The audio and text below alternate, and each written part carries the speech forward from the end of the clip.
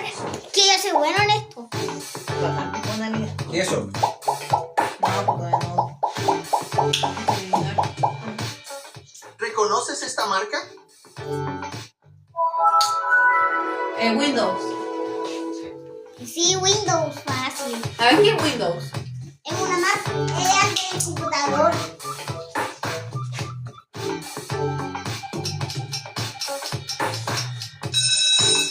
Correcto, es Windows 7. Fácil, güey. Diga Windows. Entonces, no he escuchado, por ejemplo, cuando abren ventanas o pestañas. ¿Cuál es el logo correcto de Windows? ¿Ve? El B, obviamente.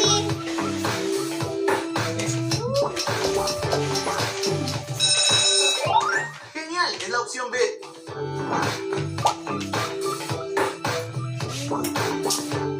¿Se te hace conocida esta plataforma?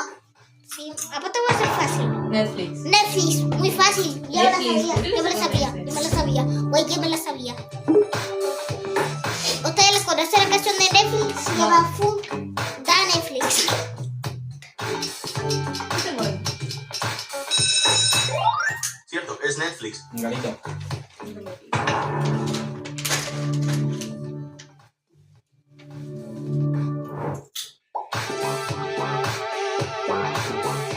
¿Puedes encontrar el logo diferente? El de ahí ya lo vi. Yo igual lo vi. El bonito mandado. Mira, aquí está el logo. Está el review. Yo el otro día tenía una cana en una ¿Reconoces esta marca? Sí, WhatsApp. WhatsApp. Apuesto que tú no la conoces. Sí, porque le encanta WhatsApp. Porque está enviar mensaje, enviar mensaje, enviar mensaje, enviar mensaje, enviar mensaje, enviar mensaje. No, es que te llega un mensaje. WhatsApp.